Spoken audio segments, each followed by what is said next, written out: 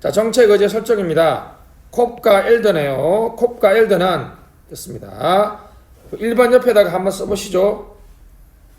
잠깐만요. 뒤에 있을 텐데. 됐습니다. 자, 콥과 엘더는 옆에다가 땡땡 찍고 사회 문제 쓰시고, 좀 많이 써야 됩니다. 화살표 촉발이라 쓰시고, 화살표 사회 이슈 쓰시고, 화살표 공중의제 쓰시고, 화살표 무슨 의제? 정부 의제가 되죠. 이해했죠? 지금 다 따라오고 있죠? 됐습니다. 사회 문제 촉발 장치를 만나서 뭐가 된다? 사회적 이슈. 이 이슈를 쟁점이라고 하기도 하죠. 그래서 공중의제 또는 무슨 의제? 공공의제, 체제의제, 토의의제라고 하기도 하죠. 정부의제는 무슨 의제? 제도의제, 공식의제, 제도의제, 공식의제라고 얘기합니다. 자, 밑에 한번 보시죠. 그래서 밑에 체제의제, 환경의제, 공중의제, 토의의제 다 같은 말이죠. 다시 갑시다. 체제의제, 환경의제, 공중의제, 공공의제, 토의의제, 제도의제, 정부의제, 공식의제, 행동의제. 이제 정부가 해결해야 된다는 공감대까지 형성되면 무슨 의제가 된다? 체제의제, 공공의제, 공중의제, 토의의제가 되죠. 이제 정부가 공식적으로, 다시 뭐라고요? 정부가 공식적으로, 다시 뭐라고요? 거기 포멀 아제다 나와있죠. 공식적으로 또는 제도적으로 천명을 했어요. 뭐라고요? 우리 이거 해결하겠다. 그러면 무슨 의제가 된다? 그렇죠. 정부의제, 제도의제, 공식의제, 행동의제. 자, 콥과 로스는 됐습니다. 넘어가시고, 존슨에서는 여러분 시험에 나오는 거는 합법화. 합법화는 무슨 단계다? 결정 단계다. 아시겠죠? 합법화는 당연한 거 아니에요, 여러분. 그죠? 정책, 정부 의제화하는데 그걸 합법화한다는 건 너무 빠르잖아. 됐습니다. 문제를 인지하고 정의한 다음 결집 조직화, 대표화를 하고 나서 의제 설정이 된다는 거죠. 넘어갑시다. 그나마 가장 시험에 많이 나오는 거 이거죠. 외부 주도형 됐습니다. 동원형, 내부 접근형입니다. 됐습니다. 자, 외부 주도형에는 프레스 밑줄, 동원형은 선택한, 적극적 홍보 캠페인을 한다는 것은 밑에다가 무슨 의제화? 공공의제화 또는 공중의제화라고 써보세요. 공공의제화와 뭘 시도한다? 공중의제화. 다시 뭐라고요? 공공의제화와 공중의제화를 시도한다는, 공공의제화, 공중의제를 하지만 옆에 이거 시험 많이 나오죠. 내부 접근형은 PR 홍보 또는 뭐가 없다? 캠페인이 없죠. 그래서 무슨 의제화가 없다? 공공의제화나 공중의제화가 있으면 무슨 형? 동원형이죠. 그래서 제가 왜 동원형이라고 했어요? 국민의 관심을 뭐하기 위해서? 동원하기 위해서 한다 그랬죠. 캠페인이나 홍보가 없다는 것은 무슨 의제화가 없다? 공중의제화가 또는 공공의제화가 없습니다.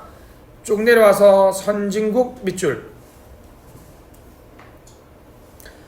동원형은 후진국 밑줄. 자, 옆에 불평등 사회 밑줄. 이게 시험 나오죠. 내부 접근형이 많은 동네는 무슨 사회다? 불평등 사회. 중간 관료 밑줄. 동원형은 최고 지도자. 됐죠. 최근에는 그 사례는 시험에 좀 잘 안 나옵니다. 그냥 보지 마시고. 자, 그럼 내부 접근형 한번 봅시다. 다시 정리합시다. 뭐라고요? 무슨 의제화가 없다? 공중의제화가 없다. 불평등 사회에서 일어난다. 맞죠?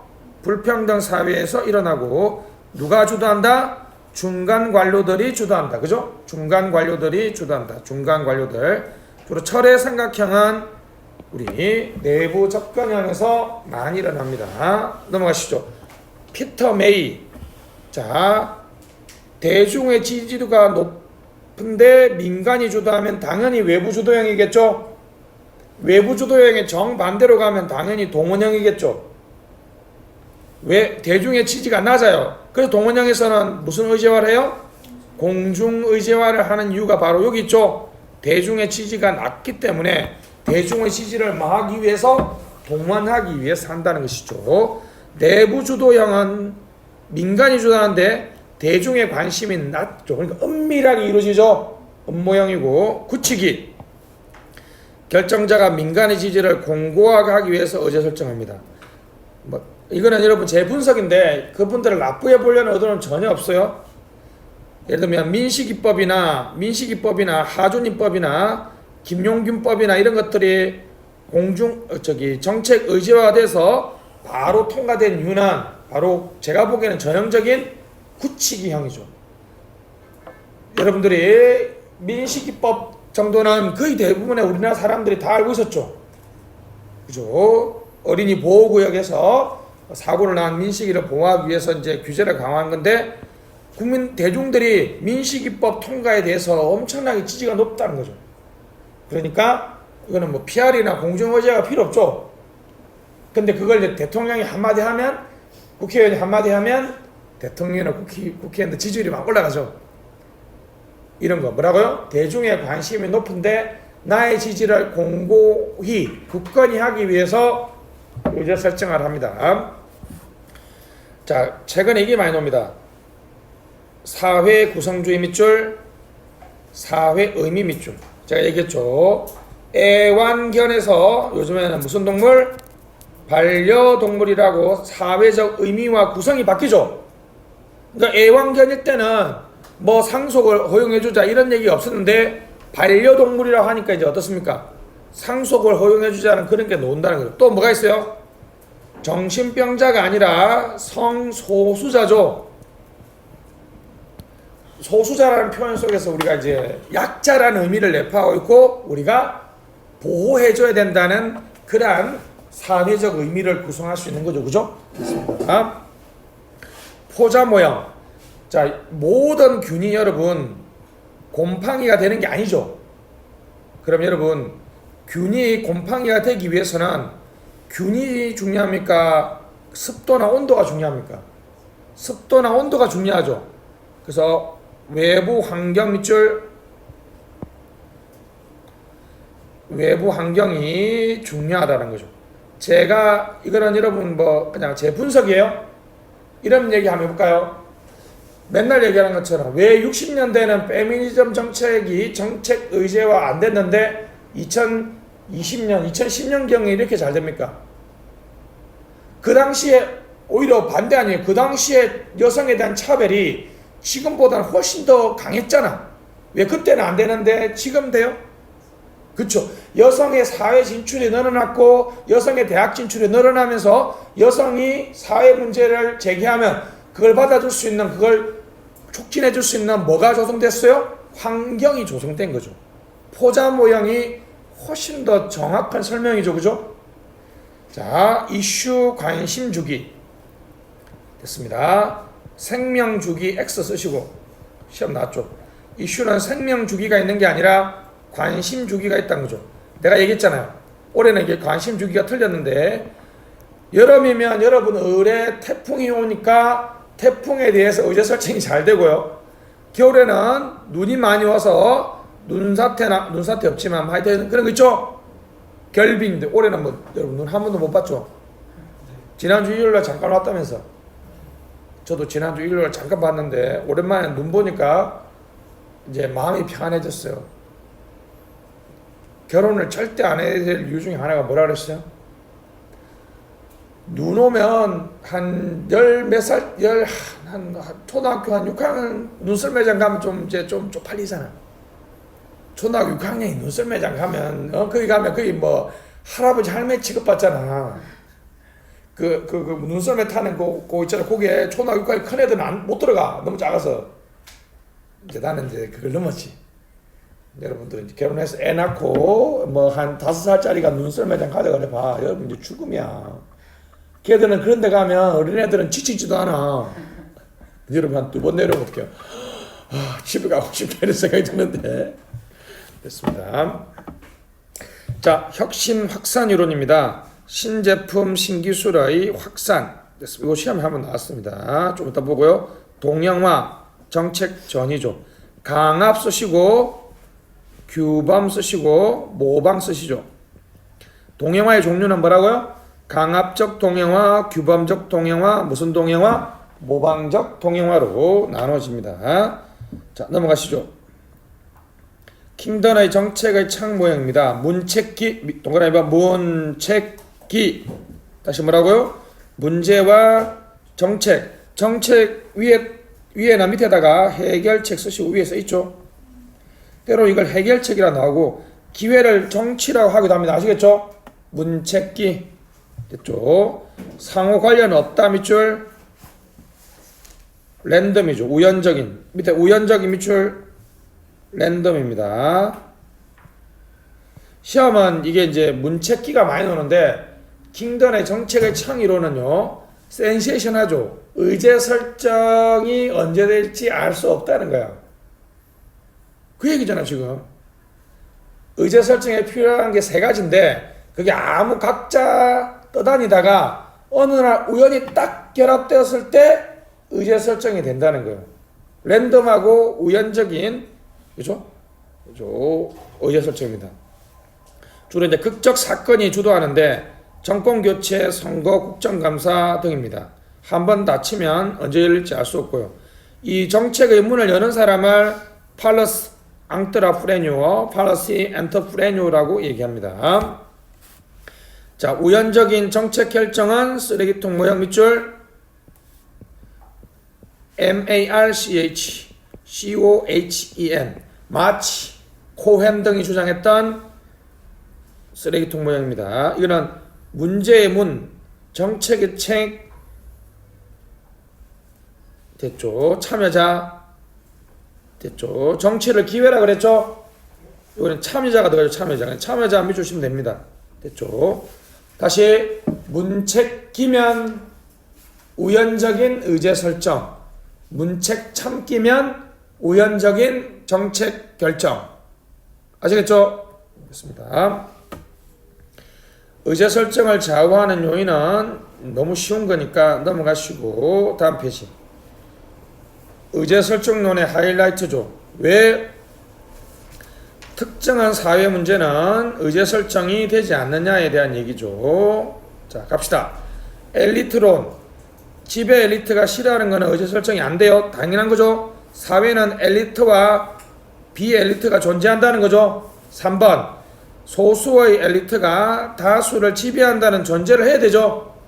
엘리트론이 여러분, 엘리트론이 되기 위해서는 엘리트가 대중의 요구에 반응 안 해야지 엘리트론이 성립하는 거지.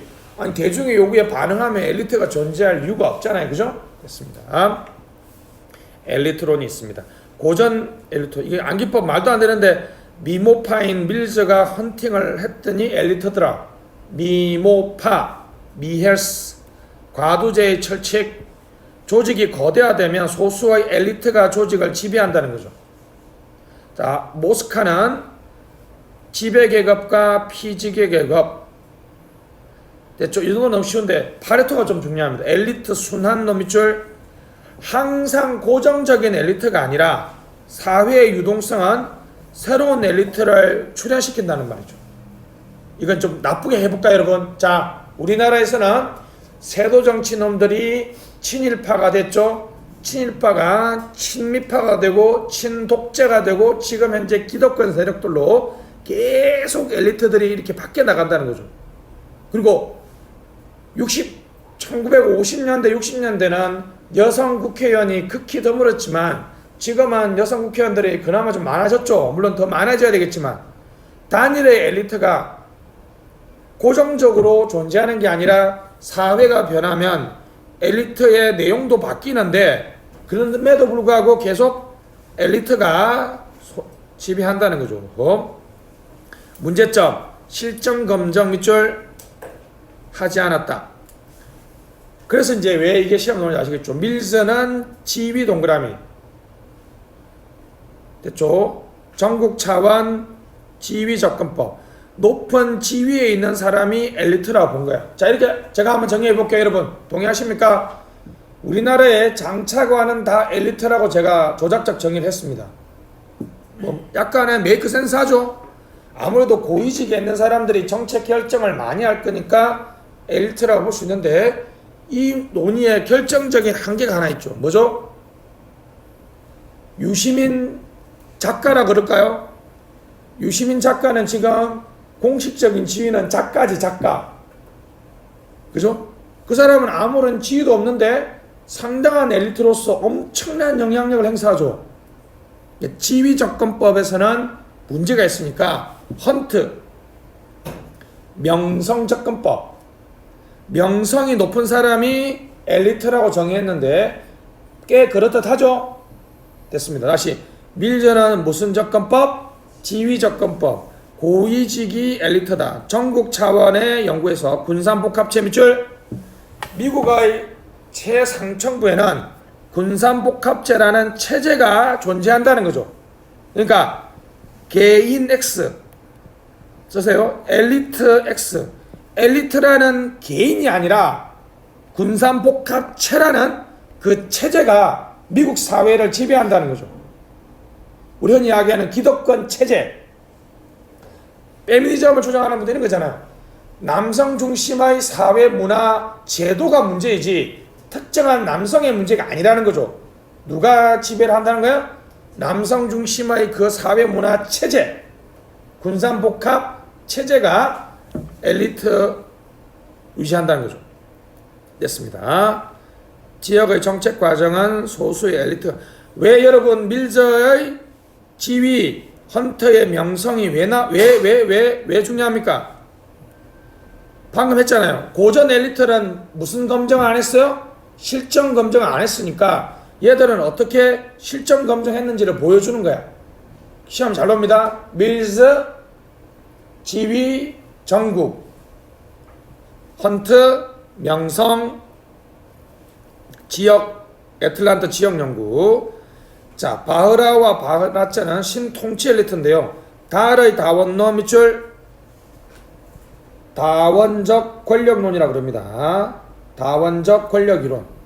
사회는 엘리트가 존재하지만 그 엘리트들은 경쟁을 하고 그래서 결국은 다수의 국민들이 엘리트를 선택한다는 다원적 권력 이론을 비판했는데 바로 잔재적 권력, 현재적 권력. 그래 권력의 양면성 밑줄 됐습니다. 다른 밑에 위에 현재적 권력 있죠. 현재적 권력 됐죠. 현재적 권력만 연구했다는 거예요. 잠재적 권력은 뭐라고요? 이때가 밑에다 쓰시죠. 무의사결정이죠. 잠재적 권력은 의제 설정 이전에 죽여버리는 결정을 말해요. 갑시다. A. 현재적 권력은 정책 결정에서 실제 행사하는 권력을 말하지만 잠재적 권력은 엘리트에게 불리한 문제를 의제화하는 걸 찬성한다, 방해한다? 방해한다는 거죠. 이걸 우리가 무슨 권력이라고 그래요? 무슨 결정? 무의사결정이라고 그랬습니다. 무의사결정. 그 제가 뭐라고 썼죠? decide not to decide. 뭐 하지 않기로 결정했다? 결정하지 않기로 결정했다 그랬죠? 의제 설정 X를 결정한 거죠. 의사결정이 없는 게 아니에요. 됐습니다. 테러, 폭력, 매수, 혜택 박탈, 저착. 가장 그죠? 직접적인 것은 테러, 폭력이죠. 절차 봉쇄는 좀 간접적이고 우회적인 거죠. 여러 가지 방법을 사용합니다. 직권적, 폐쇄적, 권위적 사회 밑줄. 근데 이것도 넣어줘. 미국은 힘이 센 이익 집단, 누구라 그랬어요? 총기협회 같은 힘이 센 이익 집단에서도 무의사결정이 일어나죠. 미국 진짜 총기 사고는 진짜 대책이 없어요. 요즘에는 여러분 뭐도 들어오는지 알아요? 요즘에는 미국의 총기 사고가 많이 일어나니까 각 반에 총기를 쏠 때를 대비해서 안전한 대피처 같은 거 있죠. 그런 걸 미국 반에다 다 설치하자는 얘기도 있어. 그리고 총기라든 보안관이 학교 스쿨 폴리스가 항상 배치되어 있으라고 주장하기도 하고, 아마 조만간에 이제 초등학생들이 방탄조끼 입고 출근해야 된다는 얘기까지 나올 겁니다. 총기를 규제하면 될 텐데, 그죠? 누가 힘이 세서? 총기 협회가 너무 힘이 세서, 그죠? 아예 총기 규제를 의제 설정을 못해요. 됐습니다. 우리나라의 70년대 노동인권 환경복지죠. 정책의 전 과정 밑줄, 정책의 전 과정에서도 일어난다. 정책의 전 과정에서도 일어납니다. 정책의 전 과정. 최근에 출제 포인트가 많아지고 있습니다. 아시겠죠? 넘어가시죠. 다원론입니다. 이익집단론이죠. 이익집단 간 경쟁 타협 밑줄, 이것을 다원주의에서는 가장 강조하죠. 다원주의 정책 과정, 국민들이 선거 투표로 선호를 표출하면 정치에서 정책 결정을 하고 행정이 집행해서 다시 선거 투표로 평가합니다. 선거 투표가 실질적인 민주주의의 가장 중요한 요소가 되죠. 선거나 투표가. 됐습니다. 사회 행위자인 이익집단이 의제 설정을 주도한다. 됐죠? 사회 중심 접근 밑줄, 선택적으로 의제 설정화 되는 것은 우연이다. 됐죠? 4번 개인이 아니라 이익집단 밑줄, 이익집단이 정책 의제 설정 과정에 상당한 영향력을 행사한다고 나와 있습니다. 옆에 공간이 좀 남아있죠? 자, 분산된 불균형 쓰시고 하나 더 써야 됩니다. 동등 접근 기회. 자, 다원주의가 성립하려면 이익집단 사이에 힘이 분산되어 있어야 되겠죠. 근데 n분의 1씩으로 되어 있는 건 아니야. 어떤 집단은 좀, 뭐 여러분들 얘기 들어볼까? 여러분, 우리나라에서 가장 억울한 애들이 고등학생이라 그랬죠. 생각외로 인구는 많은데 단지 그들이 20살이 안 된다는 이유로 엄청나게 과소대표되고 있죠. 대학생들, 20살에 20대 대학생들 생각외로 인구도 많은데 왜 그렇게 정치 조직화가 안 돼 있습니까? 했잖아요. 우리나라 인구 비율대로 하면 20대들이 국회의원의 30%를 차지한다 그랬죠. 2, 3은 6, 300명이니까 30%면 20%면 60명은 20대 국회의원이 된다고요. 요번에 노르웨이인가 스웨덴의 총리가 30몇 살이죠. 근데 우리는 절대 그렇지 않잖아요. 50대는 우리나라 인구의 20 몇 프로밖에 안 되는데 국회의원은 150명인가 120명인가 되죠. 근데 그게 잘못된 건 아니란 거죠. 이익집단이 제대로 작동하려면 집단 간의 힘이 통합되어 있어야 돼요? 분산되어 있어야 돼요? 분산되어 있어야 돼요. 균형적인 게 아니라 뭐? 불균형적으로. 그리고 동등한 접근의 기회 썼죠? 이익집단이 작동하게 하는 전제 조건입니다. 됐습니다. 5번 정부는 소극적 행위자, 풍향계 중립자. 됐죠? 브로크라고 써보세요. 브로크. 예를 들면 조정자 이런 거 안 됩니다. 브로크, 중개자나 중립자, 풍향계 정부죠. 벤틀리 트루먼은 고전적 이익집단론을 주장했는데 잠재 집단위로 밑줄, 언제든지 조직화될 수 있는 잠재 집단의 이익을 고려한다는 거예요. 중복회원, 여러 집단에 중복되어 있는 사람들이 있기 때문에 이게 특정 집단이 위에 읽어봐야 됩니다. 죄송합니다. 위에 주장, 특정 문제가 의제 설정에서 제외됨 없이 균형적인 의제 설정이 가능한 이유가 무슨 집단이 존재하기 때문에 잠재 집단이 존재하기 때문에. 다시 뭐라고요? 잠재 집단이 존재하고 중복 회원들이 많기 때문에 A 집단의 이익, B 집단의 이익. 근데 B 집단은 아직 조직화 안 됐어요. 근데 A 집단이 자기의 이익만을 일방적으로 반영하게 되면 B 집단도 이제 조직화 되겠죠. 그러니까 B 집단은 무슨 집단이고, 무슨 집단이기 때문에 잠재 집단이기 때문에 그렇습니다. 그러니까 A 집단이 우리 이익만 일방적으로 반영하게 되면 B 집단이 조직화 안 됐는데 조직화 될 거니까 그쪽 이익도 반영해주고, 그리고 A집단에 가입한 사람인 갑은 잠대집단이지만 B집단에도 가입돼 있다는 거예요. 그러니까 갑이 A집단에 가서 뭐라 그랬어요? 야, 나 B집단 회원이니까 B집단 이익도 좀 반영해라, 이렇게 얘기한다는 거예요. 됐죠? 단점, 사익만을 주장하는 이익집단, 타협보다는 특정 이익만을 반영하죠. 그래서 이익집단론들이 서로 반론을 제기했는데, 공익집단 이론 밑줄, 이익집단들이 공익에 가까운 주장을 할 거라는 거예요. 말도 안 되는 얘기죠. 이익집단이 무슨 주장을 한다? 공익에 가까운 주장을 할 거라는 얘기죠. 공익에 가까운 주장. 됐죠? 제가 뭐라 했어요? 설마 약사집단이 자신들의 이익을 포기하고 편의점에서 상비약을 팔 수 있도록, 야간에 팔 수 있도록 허용해 주지 않겠죠? 그래서 로이, 이익집단 자유주의, 이익집단의 통렬한 비판입니다. 사익만을 추구하는 이익집단 행태를 비판하면서 활동적 소수가 존재한다는 거죠. 자, 과잉 대표라고 써보세요.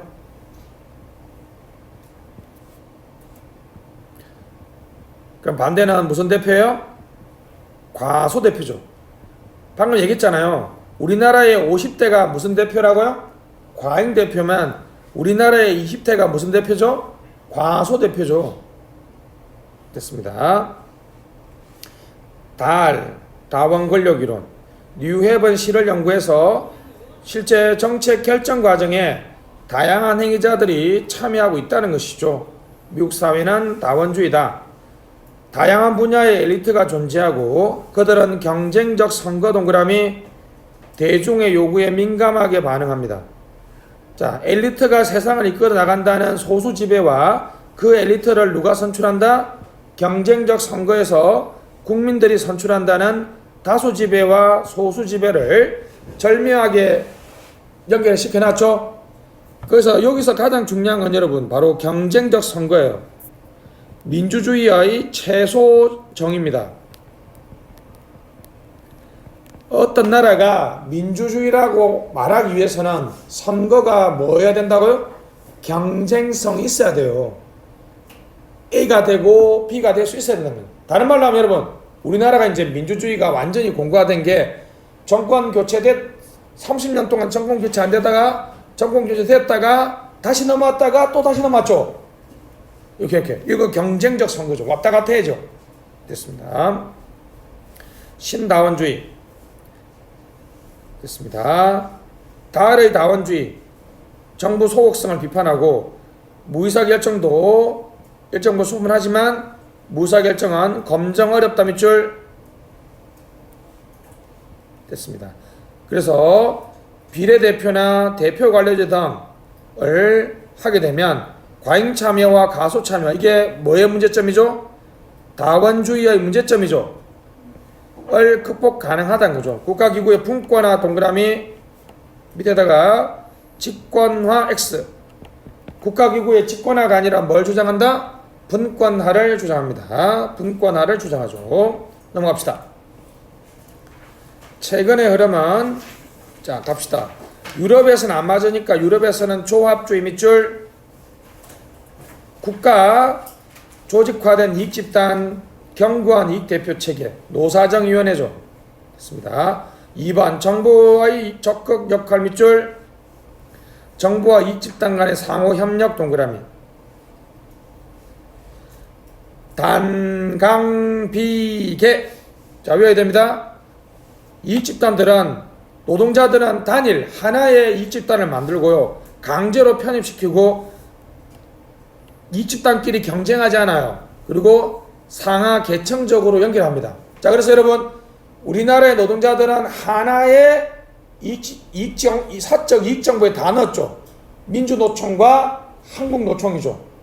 우리나라의 사용자들, 경영자들은 중소기업은 경영자 총연합회에 다 넣고 대기업은 정경련에 다 넣어서 그 위에 있는 엘리트들이 모여서 국가가 주도적으로 이익을 조정해 나간다는 거죠. 됐습니다. 4번 재밌습니다. 4번 조직화된 이익집단에게 독점적 이익대표 권한을 부여하고 합의된 정부정책의 집행자로도 역할하기 때문에 사적 이익정보 밑줄 짝 사적 이익정보라고 그랬대. 이게 재밌는 표현이죠. 사적이라는 말은 무슨 말이에요? 사적 이익이라는 말은 뭡니까? 이익집단이라는 얘기죠. 근데 왜 정부라는 표현을 썼죠? 방금처럼 결정 과정에 참여하기도 하고 결정된 내용을 정부가 하는 게 아니라 이 사람들이 스스로 집행하죠. 그죠? 집행자의 역할도 하기 때문에 사적 이익정보라는 표현을 쓰죠. 최근에는 신조합주의는 국가와 다국적 기업 사이의 긴밀한 연계, 국가와 다국적 사이의 긴밀한 연계를 보여주고 있습니다. 자, 유일하게 베버주의는 절대적 자율성, 요것만 절대적 자율성이에요. 알았죠? 베버주의를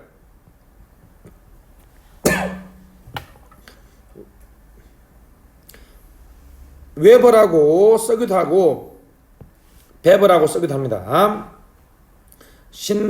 웨버주의는 상대적 자율성 밑줄 국가가 정책을 절대적으로 주도한다. 무슨 자율성? 절대적 자율성. 국가만이 정책을 자주유지할 수 있다. 신웨버주의는 상대적 자율성이죠. 됐습니다. 네오 동그라미. 네오가 여러분 신이죠. 신. 그죠?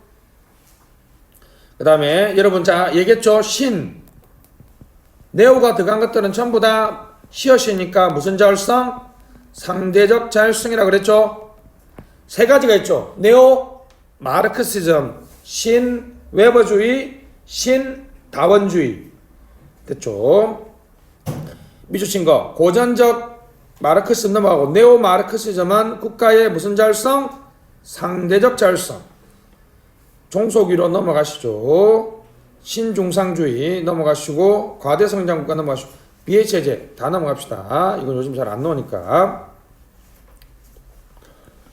의제 설정론의 마지막입니다. 정책 네트워크이죠.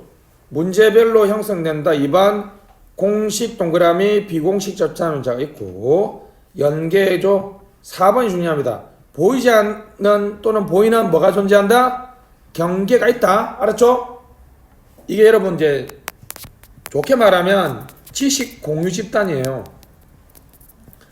전문가들은 서로 어떤 문제에 관해서 서로 토론하는 자기들만의 어떤 인식 네트워크 있죠.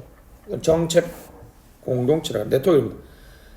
공식 비공식적인 규율이 존재하고요. 국가는 하나의 중요한 행위자입니다. 알았죠? 그러니까 무슨 말이죠 이게? 절대 X, 풍향 X.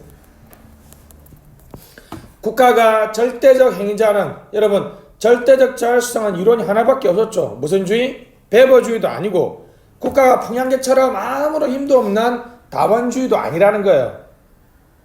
하나의 행위자는 어느 정도 정책 과정에 영향을 줄 수 있다는 거죠. 절대적 행위자도 아니고 아예 힘없는 풍향계도 아니고 하나의 중요한 행위자라는 거죠. 이게 아주 중요합니다. 영국은 의회 정당 연구의 한계 밑줄